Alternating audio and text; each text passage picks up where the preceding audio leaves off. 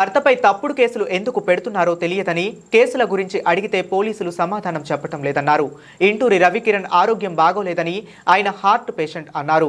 రోజు 8 గంటలు రెస్ట్ తీసుకోవాలని, రోజు 5 నుండి 600 కిలోమీటర్లు తిప్పుతున్నారన్నారు. ఆయనకు ఏమైనా జరిగితే ఎవరు బాధ్యత వహిస్తారని ప్రశ్నించారు. పోలీసుల నుండి రవికిరణ్ కు ప్రాణహాని ఉందని, పీటీ వారెంట్ మీద రాష్ట్రం మొత్తం తిప్పుతున్నారన్నారు. పోలీసులు మొత్తం సోషల్ మీడియా కార్యకర్తల కోసం పనిచేస్తున్నారని, రవికిరణ్ పై 20 కేసులు పెట్టారన్నారు. కూటమి ప్రభుత్వం కక్ష సాధింపు చర్యలకు దిగుతుందన్నారు. తాను పోలీస్ స్టేషన్కి వెళ్లిన సమయంలో దువ్వాడ మరియు రాజమండ్రి సీఐలు దురుసుగా ప్రవర్తించారన్నారు. రవికిరణ్ ఆరోగ్య పరిస్థితి బాగోలేదని డాక్టర్లు చెప్పినా కూడా పోలీసులు వినిపించుకోలేదని, ప్రభుత్వమే ఉద్దేశపూర్వకంగా టీడీపీ నాయకులతో తప్పుడు ఫిర్యాదులు పంపించి రవికిరణ్ పై కేసులు పెట్టిస్తుందన్నారు. ఆరోగ్యం ఏం బాలేదండి. అతనికి స్టంట్ వేశారు, హార్ట్ ప్రాబ్లం ఉంది, స్టంట్ వేశారు. అతనికి అసలు 8 గంటలు రెస్ట్ ఉండాలి. అలాంటిది అతన్ని స్టేషన్ రాజమండ్రి జైల్లోంచి మాచర్ల తీసుకెళ్లారు. మాచర్ల నుంచి తీసుకొచ్చి మళ్ళీ రాజమండ్రి జైల్లో అప్పచెప్పారు. అక్కడి నుంచి మళ్ళీ కురుపం తీసుకెళ్లారు. ప్రతిరోజు అతన్ని 500-600 కిలోమీటర్లు తిప్పుతున్నారండి. అతనికి అసలు నిద్రపోవడానికి కూడా టైం ఇవ్వట్లేదు. ప్రతిరోజు తీసుకెళ్తున్నారు. పీటీ వారెంట్లు వేసి స్టేషన్ కస్టడీలు వేసి తీసుకెళ్తున్నారు. డాక్టర్లు చెప్తున్నా కూడా అతను అన్ఫిట్గా ఉన్నాడు, అతను తిరగడానికి అన్ఫిట్గా ఉన్నాడు, అతను ఆరోగ్యం బాగాలేదని చెప్పినా కూడా అతన్ని ట్రీట్మెంట్లు వేసి తీసుకెళ్తూ ఉన్నారు. పీటీ వారెంట్లు వేసి స్టేషన్ కస్టడీలు అని చెప్పి తిప్పుతూ ఉన్నారు. రోజుకి 500-600 కిలోమీటర్లు తిరుగుతున్నారండి. అతను నిద్రపోవడానికి టైం కూడా ఇవ్వట్లేదు. అతను హార్ట్ పేషెంట్ 8 అవర్స్ అసలు రెస్ట్ ఉండాలి. అతని ఆరోగ్యం బాగా క్షీణించింది. అతను నడవలేని స్థితిలో ఉన్నా కూడా తీసుకెళ్ళిపోతున్నారు. అతన్ని ట్యాబ్లెట్స్ కూడా ఇస్తున్నారా లేదా తెలియదండి నాకు. అతను వెళ్తుంటే మేము జైలుకి వెళ్తుంటే ఎంట్రీ పెట్టుకుంటుంటే అసలు అతను లేడనే చెప్తున్నారు. మాకు ఎంట్రీ క్యాన్సిల్ అయిపోతుంది. పీటీ వారెంట్లు వేసి తీసుకెళ్ళిపోయారమ్మంటున్నారు. ఏ స్టేషన్ అంటే చెప్పట్లేదు, ఎక్కడ తీసుకెళ్లారంటే చెప్పట్లేదు. చాలా ఇబ్బంది పెడుతున్నారండి నన్ను, నా పిల్లల్ని, నా కుటుంబాన్ని అంతా చాలా ఇబ్బంది పెడుతున్నారు. అతను ఎక్కడ ఉంటున్నాడో తెలియట్లేదు, ఏం చేస్తున్నారో తెలియట్లేదు. ప్రతిరోజు ఇలా తిప్పుతున్నారు. అతని ఆరోగ్యం క్షీణించి అతనికి ఏదైనా అంటే ఎవరిదండి రెస్పాన్సిబిలిటీ?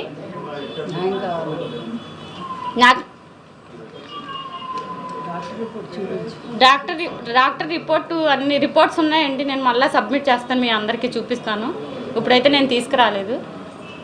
నన్ను కట్ చేశారు, జైల్లో పెడుతున్నారు. జైల్లోనే ఉంచుతున్నారా? జైలు నుంచి తీసుకెళ్తున్నారు. ఎప్పుడు తీసుకెళ్తున్నారో అర్ధరాత్రి లేదు, సండే లేదు, ఎప్పుడు లేదు. ఎప్పుడు తీసుకెళ్తున్నారో తెలియదు, ఎప్పుడు తీసుకొస్తున్నారో తెలియదు. అతను అక్కడ ఉన్నాడని మనం వెళ్ళి ములాఖాత్ పెట్టుకుంటే అక్కడ లేడమ్మా, పీటీ వారెంట్ మీద తీసుకెళ్లారు. ఎక్కడే తీసుకెళ్లారు మాకు తెలీదు, ఇట్లనే చెప్తున్నారు. జైల్లో కూడా మాకేం చెప్పట్లేదండి. అక్కడికి వెళ్ళి అడుగుతుంటే కూడా మనిషి ఉండట్లేదు, మమ్మల్ని కలవనివ్వట్లేదు అసలు ఆయన్ని.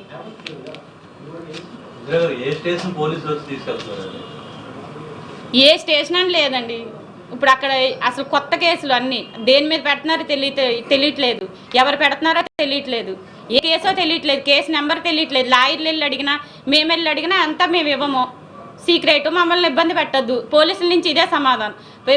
మొత్తం పోలీస్ వ్యవస్థ అంతా ఈ వైసీపీ సోషల్ మీడియా కార్యకర్తల కోసమే పనిచేస్తున్నారు వీళ్ళు. మీరు కూడా వైసీపీ సోషల్ మీడియా యాక్టివిస్టే కదా, అలానే పోస్ట్ కారణంగానే ఈయన అరెస్ట్ చేసి ఉండొచ్చు అని మీరు ఏమో అనుకుంటున్నారా? పోస్టులు ఏవేవో చూపిస్తున్నారండి. అక్కడ మార్పిం అంటున్నారు, అశ్లీలత అంటున్నారు. మరి టీడీపీ అని ఏదో పేజీ ఉంది వీళ్ళది. మరి వాళ్ళ దాంట్లో ఏం అసభ్యంగా ఉన్నాయి కదండి. వాళ్ళు మేము పెట్టచ్చా కేసులు? గత ప్రభుత్వ హయాంలో సోషల్ మీడియా యాక్టివిస్ట్ మీద కేసులు పెట్టారు. అందుకే కూటమి ప్రభుత్వం ప్రతీకార చర్యలు పాల్పడుతుంది అనుకుంటున్నారా? గత ప్రభుత్వం పెట్టింది నాకు తెలియదండి. నేను అసలు ఇలా మీడియాలో అసలు నేను ఎప్పుడు రాలేదు. మా వారిని అరెస్ట్ చేశారు, ఎందుకు చేశారని నేను అడుగుతున్నాను. దానికి సమాధానం చెప్పండి. అసలు ఇప్పుడు ఎన్ని స్టేషన్లు అని కదండి, ఆయన మీద 20 కేసులు ఉన్నాయి. రోజుకొక స్టేషన్ అని తిప్పుతున్నారు, రోజుకొక కేసు అని చెప్తున్నారు, పీటీ వారెంట్లు వేస్తున్నారు, స్టేషన్ కస్టడీలు అంటున్నారు. అతన్ని ఒక్క చోట ఉండనివ్వట్లేదు. పోలీసులు ఇబ్బంది అంటే దువ్వాడ సీఎం మల్లేశ్వరరావు అండి. అతను చాలా మిస్బిహేవ్ చేశాడు, చాలా ఇదిగా చేశాడు. నెక్స్ట్ రాజమండ్రి సిఐ బాజీలాల్, అతను కూడా అంటే వాళ్ళు గవర్నమెంట్లో పనిచేస్తున్నారో టీడీపీకి చొక్కాలు వేసుకుని పనిచేస్తున్నారో నాకు తెలీదు. వాళ్ళు మొత్తానికి టీడీపీ వాళ్ళు ఏదైతే చెప్తున్నారో అదే చేస్తున్నారు. కొట్టడం అంటే ఆయనకి కాలు ఇన్ఫెక్షన్ అయిందండి, అతనికి రాడ్స్ వేసారు, యాక్సిడెంట్ అయింది. ఆ ఇన్ఫెక్షన్ వేసిన దాని దగ్గర మొన్న సిఐ తోసేస్తే అతనికి చీమ్ పట్టేసింది కాలు. అతను షుగర్ పేషెంట్, హార్ట్ పేషెంట్, ఏం చేస్తున్నారో తెలియట్లేదు. అతను ఇంతవరకు నాకు చూపించలేదండి. అంటే గత ప్రభుత్వంలో పోస్టులు పెట్టే సమయంలో మీకు ఏమైనా తెలుసమ్మా ఏ పోస్టులు పెట్టారో లేకపోతే మీరు ఏమైనా వారించడానికి ఏం చేశారా? తెలియదండి, నేను పోస్టులు అని నేను చూడను కదా.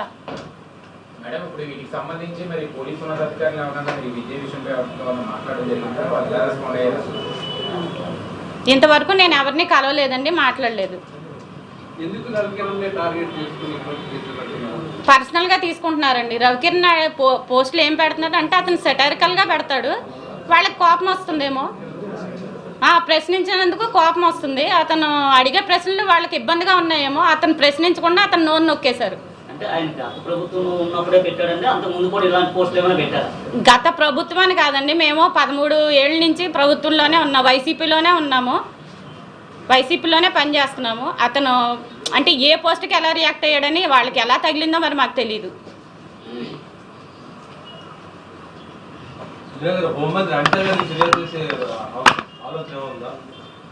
మీరు ఎప్పటి వరకు హోమ్ మినిస్టర్ ఏమైనా కలవడం జరిగిందమ్మా? హోమ్ మినిస్టర్ కానీ లేకపోతే డీజీపీని కానీ ఇక్కడ ఉన్నటువంటి సిపిని కానీ?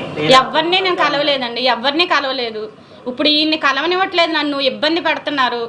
ఆ ఇంటి దగ్గరికి ఇతను అరెస్ట్లో ఉన్నా కూడా ఇంటికి వచ్చి మరి పీటీ వారెంట్లు అవి స్టేట్మెంట్లు అది అంటించేసి వెళ్తున్నారు. అది పులివెందుల నుంచి వచ్చి నేను ఇంట్లో లేనప్పుడు ఇంటి దగ్గర గొడవలు చేసి నేను ఉండే దగ్గర అంతా అలా గొడవలు చేస్తున్నారు. అతను రిమాండ్లో ఉన్నా తెలిసినా కూడా ఆ ఇంటికి వచ్చి గొడవ చేస్తున్నారు ఈ పోలీసులు. ఆయన ఆరోగ్యం ఏం బాగాలేదండి. అతనికి